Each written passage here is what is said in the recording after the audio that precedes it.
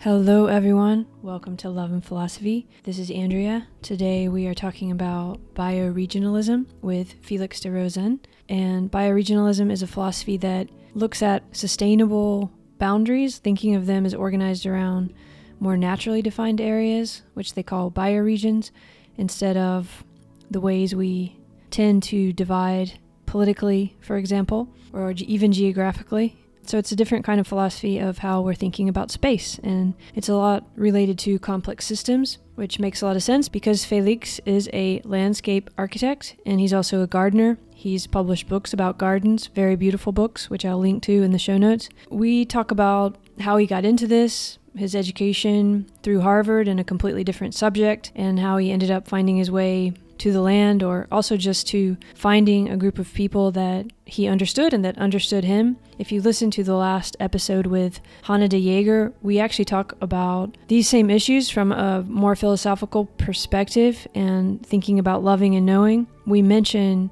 these ideas of complex systems, so I thought it's good to go ahead and publish this conversation with Felix because we really go into the more natural side of our connections to life and what that means, but we also talk about it through similar themes to what Hannah and I talked about in terms of finding the people who understand you and how this can be hard to do. So this gets us into thinking about what community is, how we might think of it differently, what we might learn from gardens and gardening in that system, in that regard. Because gardens are complex systems before we name them that, and people who are working with the land are working with complex systems, no matter if we call them complex systems or think of them through that literature or not, because those are just words and ways we've tried to understand what's actually happening in life. I think it was in the Kevin Kelly episode I talked about planting some flowers and that we had tried to plant some vegetables, and one of the things we planted were sunflowers, and they grew huge. I mean, they're really huge, taller than the first floor. So I've never seen sunflowers grow so huge, but they also became very heavy at the top where the bloom is. So they're sort of starting to fall over. And I thought about that in this conversation because Felix talks about himself and how as he was growing and learning so much, he was very smart. And he says he got very top heavy. And I was thinking of that in terms of the sunflowers, of how the seemingly most beautiful part, this bloom, this huge bloom that comes out at the top, makes it top heavy, and then it starts to bend over and it sort of needs some help. We had to kind of help it stay straight. But it still looks for the sun, and sometimes it even curves back up and finds the sun. So I don't know, I was thinking about that in this conversation because Felix talks about growing up between worlds. He's French and American, and I think a lot of you will understand what that's like when you're growing up between languages. You can feel like you don't fit in at all. It made me think of this friend of mine, Jane Sue. I don't know where she is in the world these days, but she was a friend of mine when I was a kid, and I remember thinking how strange it must be for her because she went home and spoke one language with her family, and her family didn't actually speak English, or not very well. They were learning. And then she came to school and was only speaking English. I just say that because there's a lot of us living in a lot of different worlds, and Felix talks about that in a really interesting way here, and about this feeling of alienation that also can come growing up in suburbia in the United States, which I know very well, this kind of strange feeling where you don't feel quite connected to anything. You're always in a car or an air-conditioned room or something, and it can feel very alienating. And as a kid, you have no idea that this is happening, but there's a very sensory state to it, at least that I remember very well, and I think others might too. And it's interesting to hear Felix talk about that and how he realized that and then sort of found ways of dealing with it. Something else he says, I think, that's very, very interesting and that's come back to me a lot since I've re-listened to this conversation over the past week or two, is he talks about how we don't have to solve the world. It just needs to be tended to. I think that's a really interesting idea to hold in mind, at least for me, where it seems like you want to solve problems or make things better somehow when it's caring for them, or just these very small changes and additions and subtractions of life that make all the difference. So this one is about gardening, landscapes, the way we think of space, systems, how systems thinking helps us hold contradictions, and finding the people that understand you. They are there somewhere. So keep looking if you haven't found them yet. If you have, appreciate them, because that's what we're here for. All right, here we go. Hi, Felix. Thank you for being here today. It's great to see you. I just thought maybe I'll let you introduce yourself. What would you like for people to know about you? Hi, Andrea. I'm first of all very happy to be here. Thank you for sharing this time for this invitation. And thanks to the readers and listeners for also participating. So, my name is Félix, Félix de Rosen. I am a French human, French born human, raised in the US, pretty global citizen, working at the intersection of ecology and systems change. And also a really passionate, curious explorer of ways of being in right relationship with reality. An important idea right now. You seem to have a very deep source of knowledge that is with the natural world, so called, if we want to try to distinguish it like that. And so I wonder about that, about your experience of how you've gained knowledge through your relationship with the natural world. And I wonder if you might talk about that a bit. Or so first, knowledge. Where have you mostly gotten your knowledge from in life? So, starting with knowledge, it's a big questions. One of the more helpful frameworks in my life is understanding that um, as a human being, I have a certain distinct set of characteristics, but I'm also part of a wider fabric of nature. So, um, looking at a tree, or looking at an animal, or looking at a wave, or looking at the movement of clouds, I see certain patterns that are replicated in my body, in my emotions, in different ways. And this is, nothing new. This is what animistic and shamanic cultures have, in many ways, been working with since time immemorial. And in many ways, it's the common shared spirituality of humanity.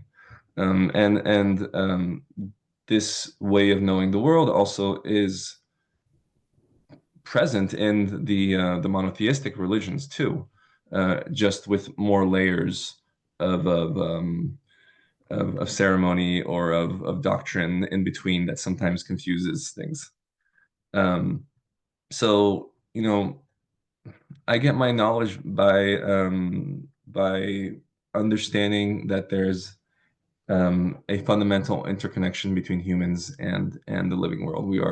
We are a fundamental core part of nature and not separate from it. And it's obvious. Maybe it sounds obvious to say it, but it needs to be repeated because we live in a world right now where our dominant culture is really sending us a lot of messages that humans are um, really not part of nature. Like nature is where we, go out on holidays and have picnics, and then we spend the rest of our lives in cities and in offices.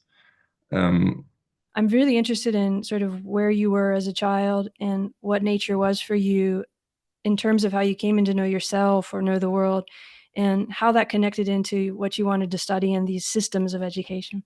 yeah, so I mean, I grew up in very, I grew up in American suburbia. I was born in France. Um, and I grew up in a French-speaking household in the US. So it was a little bit schizophrenic because I was speaking French at home and then would go to school with my American kids, friends, and I was usually the only um, non-American there. And I we would go back as a family to France every year. So I had also an experience of really living in between two cultures. And the reality is, I never really felt like it belonged to either. I was always the French kid in the US and the American kid in France. And so I think from a very early age, I did not identify primarily with the cultures around me. I didn't have that luxury. It would have been beneficial for me in some ways, to be honest. You really didn't identify with either one. Was it because you were between them, or not totally only in one, or? It was because I did not see culture that felt really life affirming around me on either side of the Atlantic.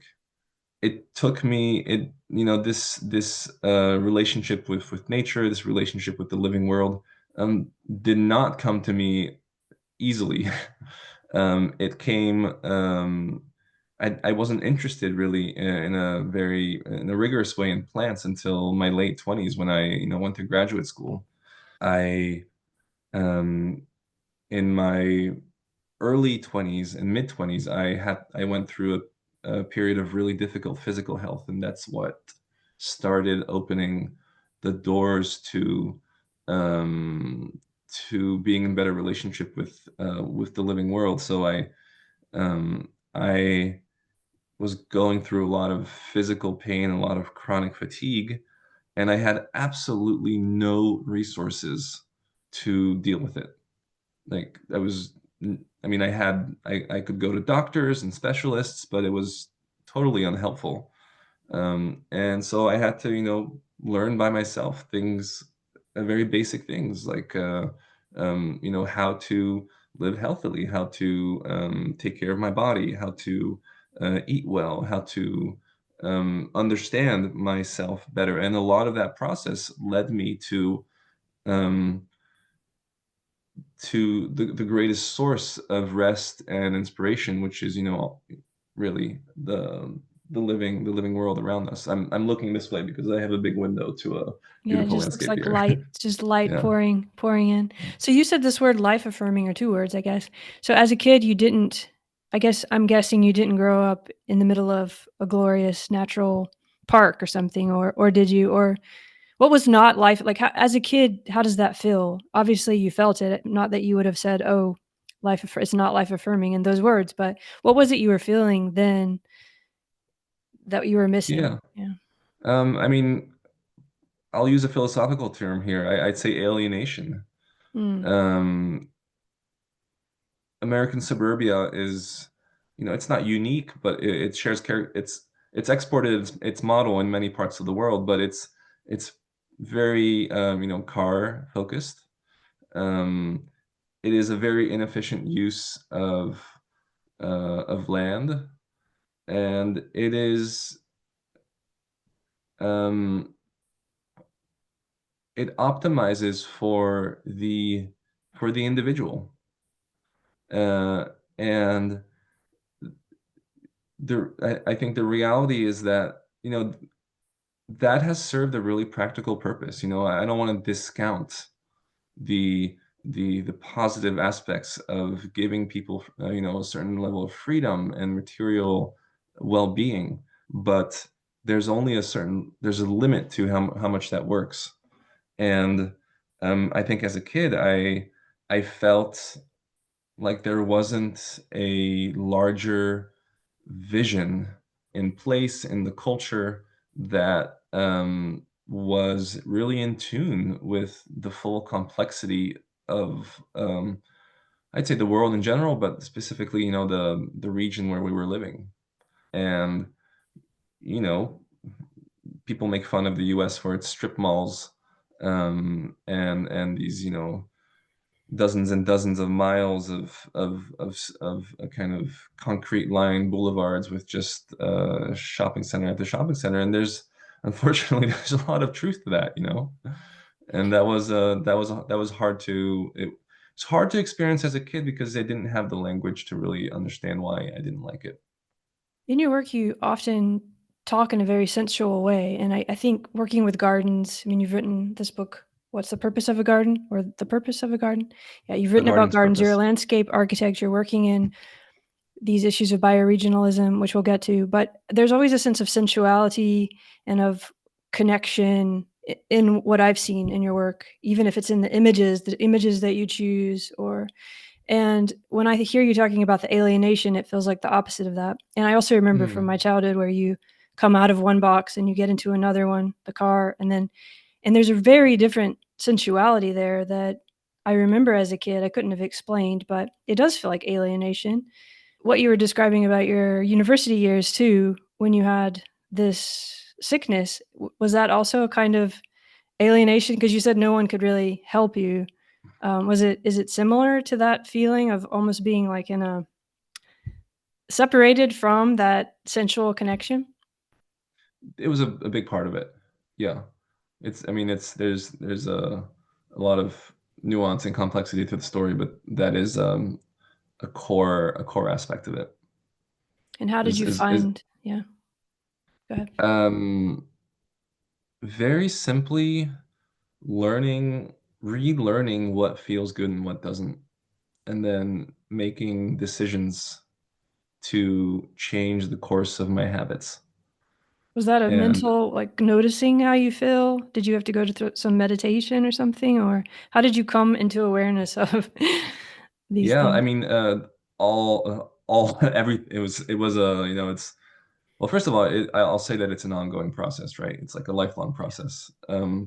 So it was, yeah, a lot of meditation, a some psychedelics and plant medicines, and ultimately finding community and friendly human beings who are capable of understanding me.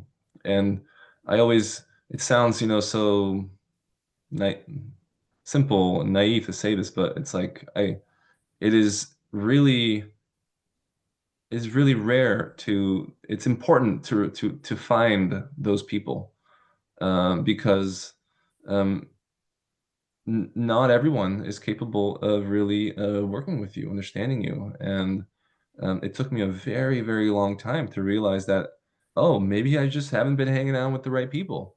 I did my undergrad at Harvard University, and I went to Harvard because at the age of 17, I didn't know what to do other than to just go to what society told me was the best school around. Um, and it ultimately wasn't the best environment for me, because it's very, a lot of, not only, but predominantly type A individuals who have a lot of intellectual resources, but a lot of growth, a lot of needed growth in the emotional realm. And so the environments that we find ourselves in is so important. What is there's this saying that you are the sum of the four closest people in your life, right? So I always think about that when I think about who am I surrounding myself with? What am I surrounding myself with? Do you think of people as place? I mean, do you separate those? Of course, a person and the environment is different, but do you think of it as in the sense of what you're surrounding yourself with being what's going to contribute and orient you in your life? Is it all of that for you now when you think about a healthy surrounding?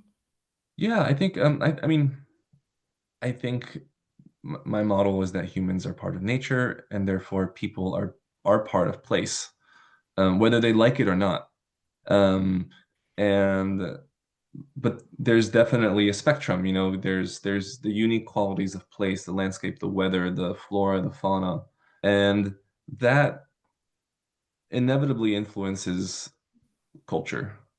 Um, and it doesn't mean that everyone is totally in tune with the unique qualities of place, but usually there is some influence. So and some places have a deeper imprint on the mindset, the worldview, the spirituality of people.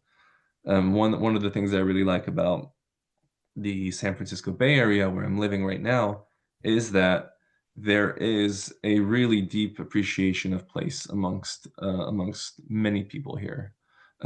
There's also a complete disregard of place at the same time. So you have to you have to pick and choose what you dedicate your energy to. So when did you start to realize how important these things are, place and the people that you surround yourself with, and nature, these issues, when did that start to become something that you were consciously prioritizing, thinking about? Um, well, I think it happened in steps.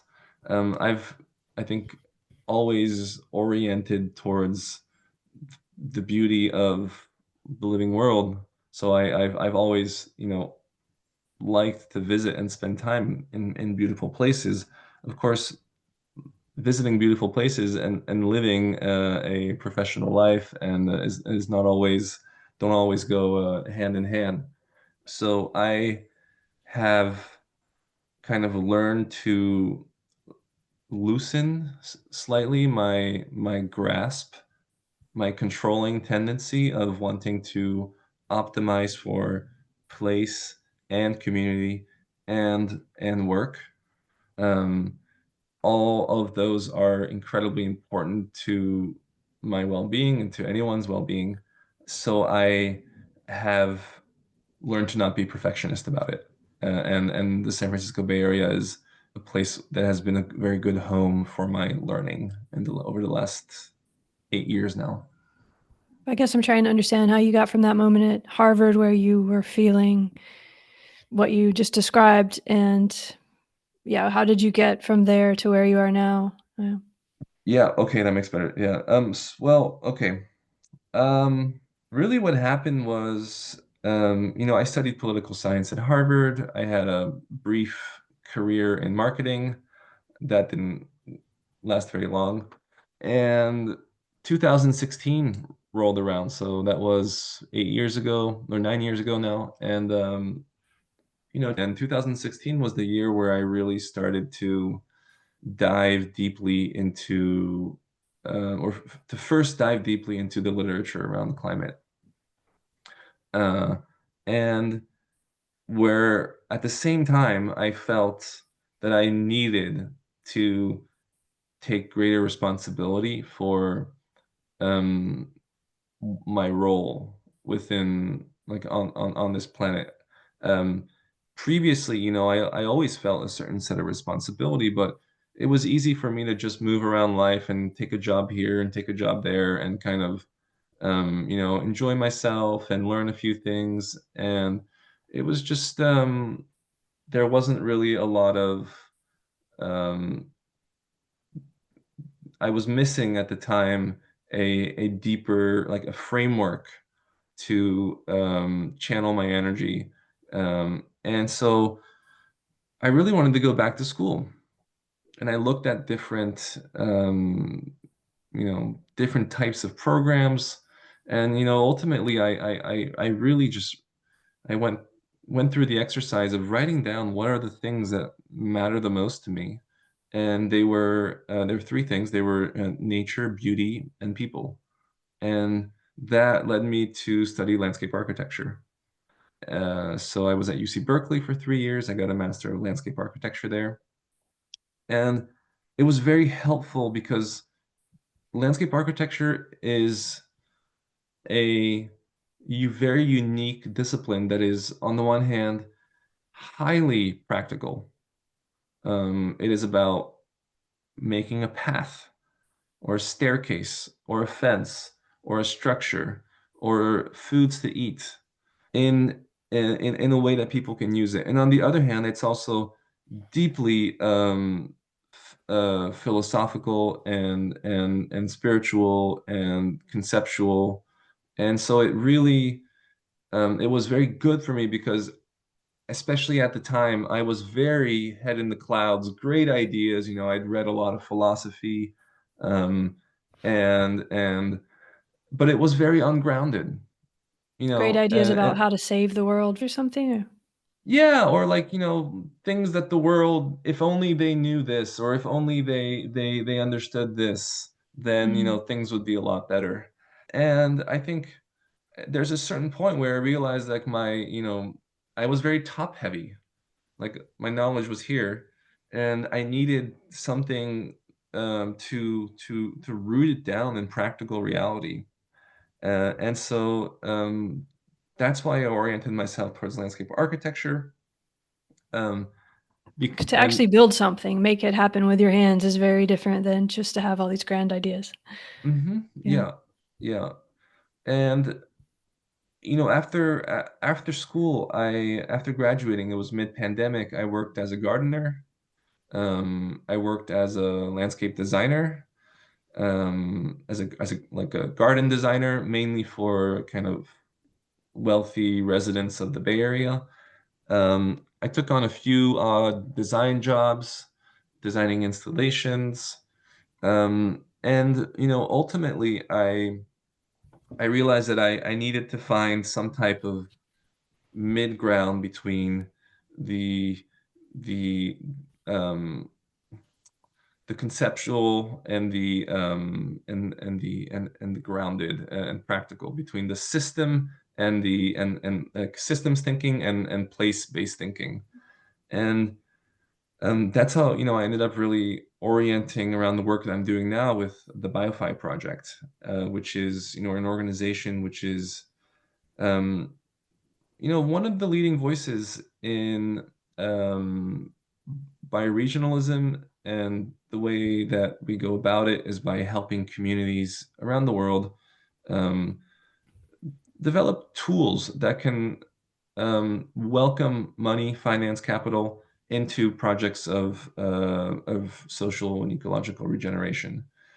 So that's the journey in a nutshell.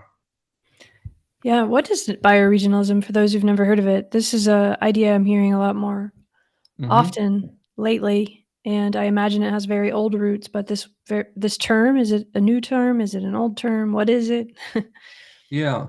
Well, the caveat is, as Satish Kumar says, every ism creates a schism. So, bioregionalism is a beautiful word that describes um, a both a practical applied philosophy and also an ecological philosophy um, that argue for organizing human societies according to the unique qualities of place. So, um, aligning economic activity and the stewardship of um, natural assets and governance, aligning all of those with the natural systems and cultures of place. And it's called bioregionalism because of the word bioregion. And bioregion is short for biocultural region. And what does it mean? It means, first of all, there's no one definition, um, but it broadly means a bioregion is a region defined by three characteristics, really: physical characteristics like climate and topography, ecological characteristics like soil, flora, fauna, and cultural characteristics like art and language. So a bioregion is in contrast to, say, a political or administrative boundary. And the reason why I find bioregionalism very interesting is because places have unique characteristics. Places, landscapes are the foundation of our lives, the foundation of our culture, the foundation of our economies, the foundation of the food we eat, um, of our energy. Everything that we do, everything that we wear comes from the land and the waters and the air, right? And I've gravitated towards this applied practical philosophy because we are living in a moment right now where we don't really have a choice but to reorganize ourselves pretty radically according to what the earth can provide, as opposed to what we are capable of extracting from the earth. You said nature, beauty, people. That was what I did. I guess, did you just write it down? That's what you cared about at that time or something? You just make a Yeah. note of it? And then did that just immediately make you think about landscape in the way that you just described, or It yeah? actually made me think more. Initially, I was thinking more Hmm. about art practice. That was where I was orienting a little bit more in my earlier days. So I was visiting a lot of sculpture parks and looking at how art, could interact with nature. Um, but I I found myself more and more interested in looking at systems, looking at how the relationship between economy, ecology, culture, politics, and spirituality, they're all deeply interlinked. And um, Donald M. Meadows, the brilliant American systems thinker. I think she's American. She has this essay about the different leverage points within a system, and she says that the most powerful leverage point ultimately is worldview. Worldview is at the heart of our models of understanding reality, the tools that we use on a day-to-day basis. And so I think I have tried to, in addition, like as part of my practical work, there has been a very strong element of storytelling and of changing the stories and worldviews. So they go together, right? The practical and the worldview. And this was really a core message in the book that I published, wow, now like 4 years ago, which was looking at gardens as these very practical, applied places and practices, and also seeing what were the embedded worldviews Hmm. in them. You talk about values in that book, and I think you sort of divided up. Is it wonder, design, habitat, Um, something like that? Because all these yeah, yeah. elements that you've been describing are definitely in that book as a complex system, even the art. Hmm. And I guess that was on purpose to incorporate all of that, because there's also these stunning pictures of gardens and very different kinds of gardens, from rock garden. There's a lot of the complex system theme is there at many layers. So was that a kind of Yeah, conscious choice that you wanted to do a book like that?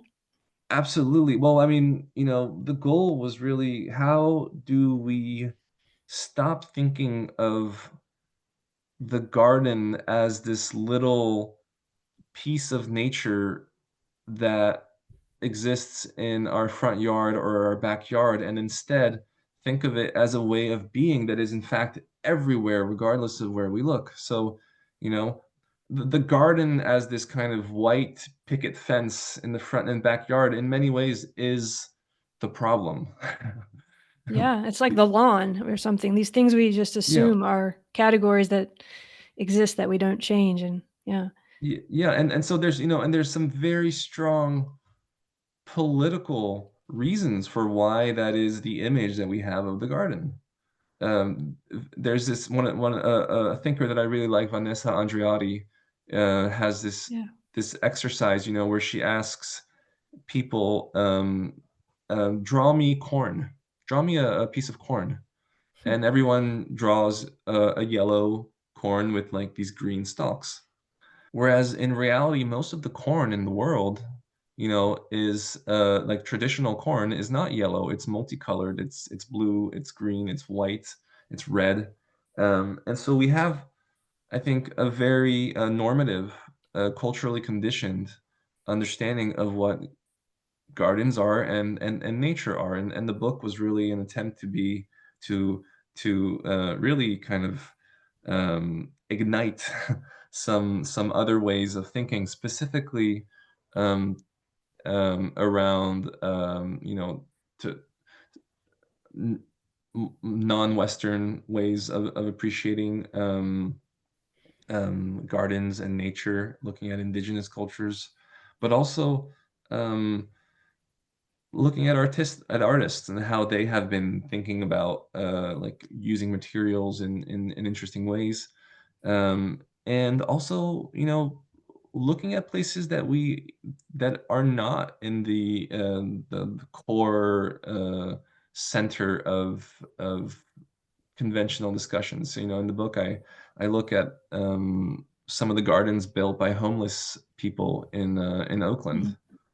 Yeah. Yeah, in a way, what you're sort of describing is a cognitive shift. And it also seems to relate, I don't know, to the one that you were going through when you wanted to go back to school and you were thinking about nature, beauty, people. Did you develop a different way of seeing? It almost feels like you took a step back and saw the world differently, or saw your interrelations in a different way. Was that around the same time you started to think about complex systems, or had that already been part of your life? I guess I'm just wondering if that was going in parallel, that you were also beginning to see your place and what community meant to you in a different way at the same time that you were also literally starting sort of a new career that you would present, such as in that book, in that sort of complex view, that vision. Yeah. I I'm not sure how to answer that. I'll try. I think that I was really trying to find my place uh, in this world, and specifically in the professional, like in the professional world, like where I was recently out of school. It's like I need to work. What do I do? How do I leverage these design skills, this practical understanding of the world, with also the fact that it's very frustrating to work on a site when you know that the entire system around the site, you cannot do anything about it. And ultimately, it's the system that's impacting the site. So, if you're a landscape architect, you generally, not always, but you're given very clear site boundaries. And for me, that was just incredibly frustrating, because I didn't want to just make one little place pretty. I at the at, I Because that's also the danger of a discipline like landscape architecture, is that a lot of resources, a lot of energy are put into making one place look really nice, but then there's this whole shadow side where what allows that is extraction Mm. and outside of the site. And so I um, I started just, I think, taking myself a bit more seriously, and understanding that I did have um, a desire to think in systems. It just took me a long time to find the right people and communities to people and communities that really could welcome that type of perspective. It seems like something we really need right now is to be able to find a way into those kinds of communities. I mean, as I hear you talk, you were holding a lot of different things. So different cultures from your childhood and all these other things. You had the sickness, you had, obviously you were kind of excelling if you were doing so well in academics, but at the same time you seem to have still felt some alienation. So I think a lot of these things are themes that people feel right now. Maybe we always feel, but especially right now. And as you found in your life, the answer does come when you can find community where you can explore these things together in an authentic way, in a way I would maybe even bring up love a bit here, because in a way where you can help each other hold all of those things. And I think a lot of us have found ways to do this through complex systems thinking and through nature. And you're bringing those together. We're at a moment now where we need these kind of skills. Do you see how this journey that you've been on, have you maybe even in spite of yourself learned a practice that you might now see as very important? Is it helpful in these times? Of course, I know it's an ongoing process, but does that make any sense?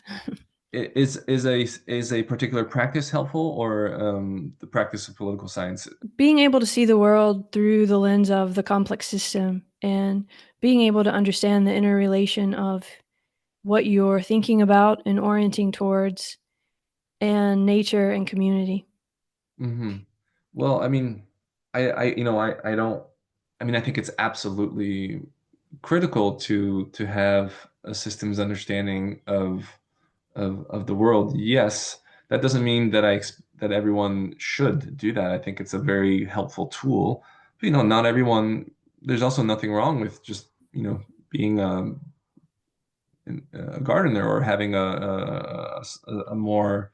I really believe that it's not about the what, it's more about the how that we're doing, right? A lot of times people ask like, well, what can I do to make the world a better place? And it's just like, well, what can you not do? It's like you have a capacity to impact within what you're already doing, whether that's being in an office or being an artist or being in government.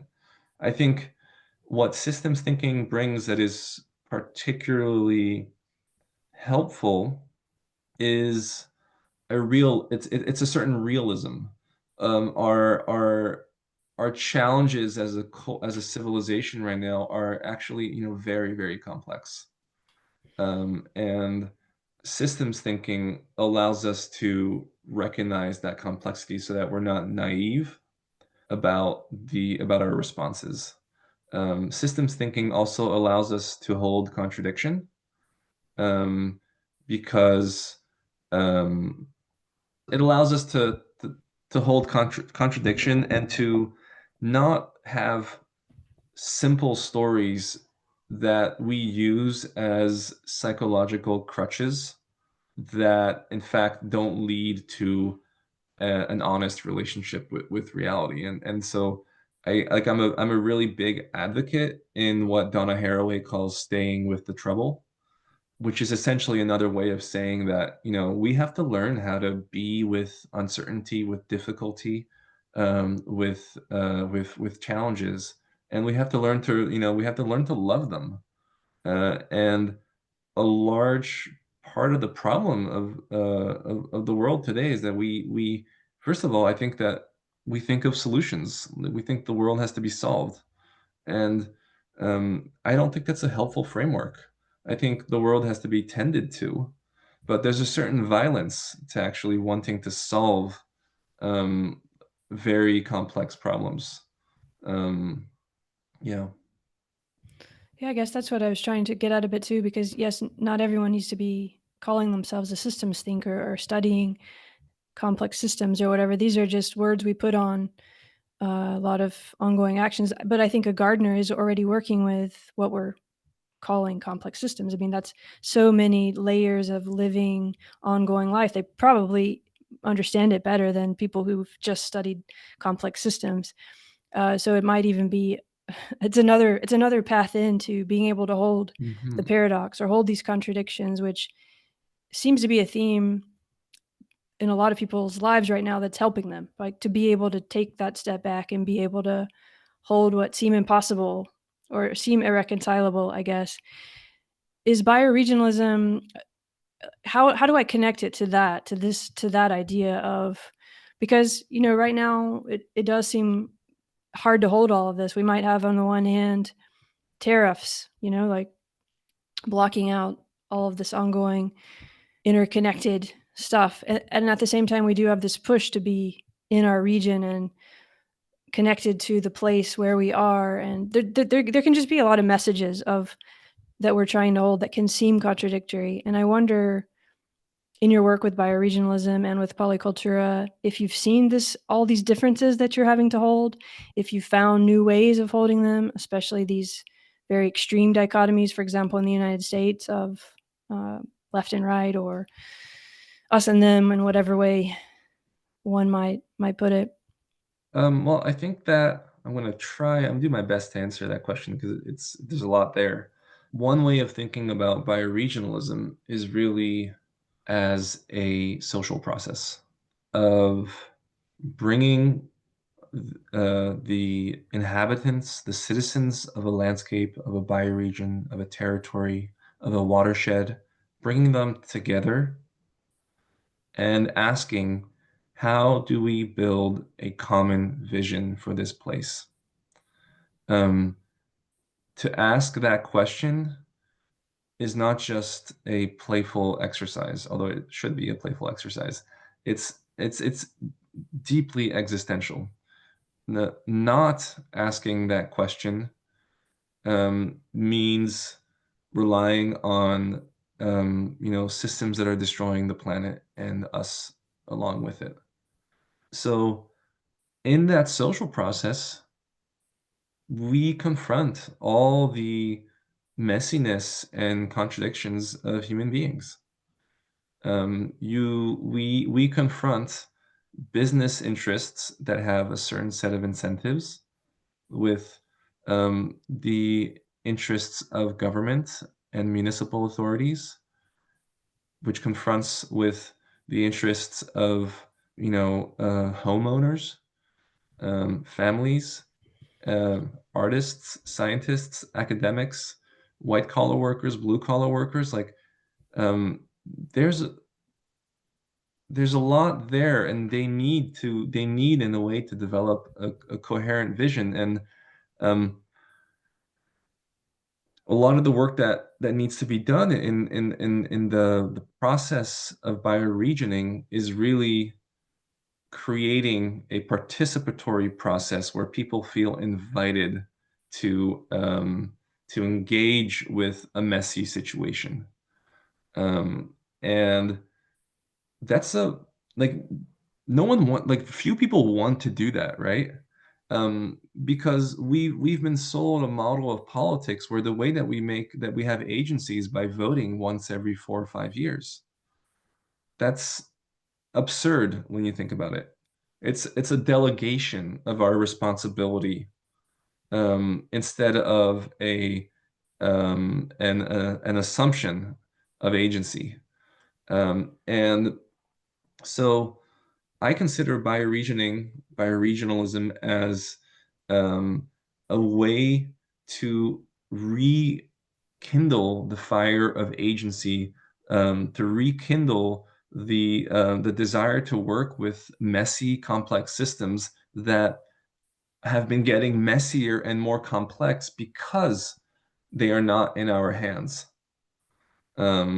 Which is why people go hungry in the US now when a supermarket relying on global supply chains um, um, doesn't have chicken and eggs in stock because of some influenza happening on the other side of the world. We're incredibly fragile. It's such a fragile system, and we don't really realize it because we're putting so much resources into upkeeping it. And so we really need to wake up to that. The problem is that everything, all the signs, all the cues right now are to just, keep on going. I hope that sort of gets at what you're asking. Yeah, it does. And I just also was hoping to get at, I don't know what question to ask exactly, but the left, right, up, down kind of perspective shift that you've had. So in your work with bioregionalism and these other things we've been talking about, what ways have you found to actually bring people together towards regenerative actions that can actually make a difference to some of these problems? Yeah. Well, I think the most helpful way is to focus and believe in a shared set of human desires and wants that are more powerful than our differences. And I know it sounds a little cliche, but I do think it's really true that if you look at the political spectrum, the left-right distinction, um, that model seems increasingly out of date. And for example, progress the political and cultural left usually believes in social welfare, community well-being, progress, ecology, um, and a state to really a state to support that. Whereas the right, believes usually in a more traditional set of values, um, uh, more of a rural focus. And so, if you look at these distinctions, there actually are some very strong common points that actually bioregionalism gets to the heart of. Bioregionalism, for example, really calls for a relocalization of our economies and our governance systems, so that it's the people in a place that start to really make decisions about what's beneficial for them in that place. This is where left and right actually find incredible synergies, where the desire for progress and ecological stewardship meet of the left meet the desire for local identity, for tradition of the right, where the left's desire for sustainability meets the right's desire for relocalization. And so instead of left and right, it's much more helpful to think about bottom and up. Bottom being me and up being we. And when you think about it that way, there are people on the right who want we just as much as people on the left. There's nuance to that, of course, but I think this model is helpful. And one of the really exciting projects I'm working on right now is to take the principles of bioregionalism as articulated through the organization that I work with, the BioFi project, to literally rewrite that language into into the language of conservative America, so that we can start publishing materials that can bring conservatives into alliance with us, because we're no like the enemy is no longer them. Like we're not enemies. If there's I don't like the word enemy, but if there's an enemy now, it's really oligarchy, and so there's inevitably going to be, and this applies for Europe as well and across the world.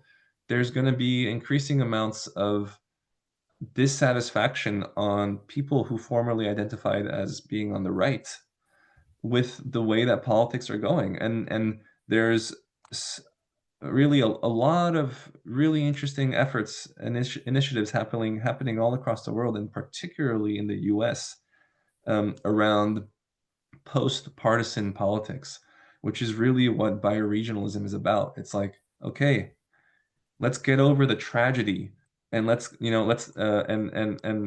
start working together because we don't have a choice anymore. That's beautiful. Do you in your work, have you seen that this can also go across typical national lines? That these communities can find each other internationally rather than Oh, only, yeah. absolutely. I mean, some of the bioregional projects that my organization works with are international, the work across international lines. Just to give you two examples, one is called the Amazon Sacred Headwaters Alliance, and that's an alliance of many indigenous tribes that are across the borders between Peru and Ecuador. And then another one is the Cascadia bioregion, which stretches from California to Canada all the way to Alaska. So people are working across national boundaries. That really does feel like the future, not thinking left, right, or even this country, that country, but more in these layers of what you described as up and down, but as we're all nested together in a way. And I would add also, it's not about like replacing government, like the existing institutions of government. It's more about adding another layer that can hopefully work. We have to be in relationship with government. So we're not creating a totally parallel system. No. So we have to work we do work with different types of municipal authorities and different types of official government institutions. I imagine your training in design helps you there because you learn how to work with what already is to reorient it in certain ways. Last question, because I know you need to go, is I have to bring up the word love, and I wonder if that's too hard to bring into this conversation of bioregionalism, or if you see a connection to your own motivation or to the motivation you see around you. Yeah, no, I mean, we could have a whole conversation just about that. Um, I deeply believe that we human beings are, we are creatures and animals of the earth. And what do I mean by that? I mean that we have, for millions of years, evolved in proximity to living landscapes. We are, our organs, our minds, our bodies are all shaped in relationship to gravity, to flora and fauna, to shifting weather patterns. So our relationship with the earth is ancient, and our you can't really. I think if you take a human being and you put them in an urban concrete jungle, it um, there is something missing there. So I think there's a role for cities. Bioregionalism is not just a rural process. It's about integrating rurality and urban life.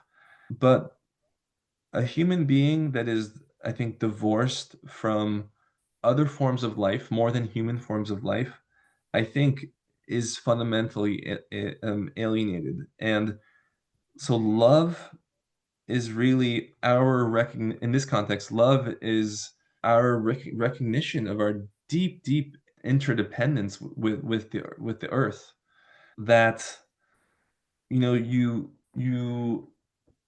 it is I used I it the earth is our mother. It is where we come from, and we have long lived thinking that we can just take and in a way live on its surface, but we are not on the surface of the earth. We are in the earth, right?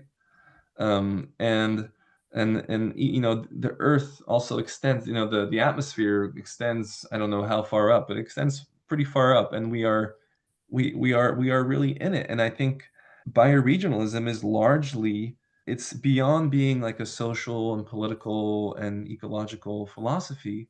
It's also a recognition um, that we come from place and we go back to place. Yeah. That's beautiful, and we always are that place too. It's strange. Alienation is such a difficult thing that we've all felt in different ways, and it's even more tragic because it's just that we haven't understood that connection or been able to relax into it or trust it or something like that. Does that make sense?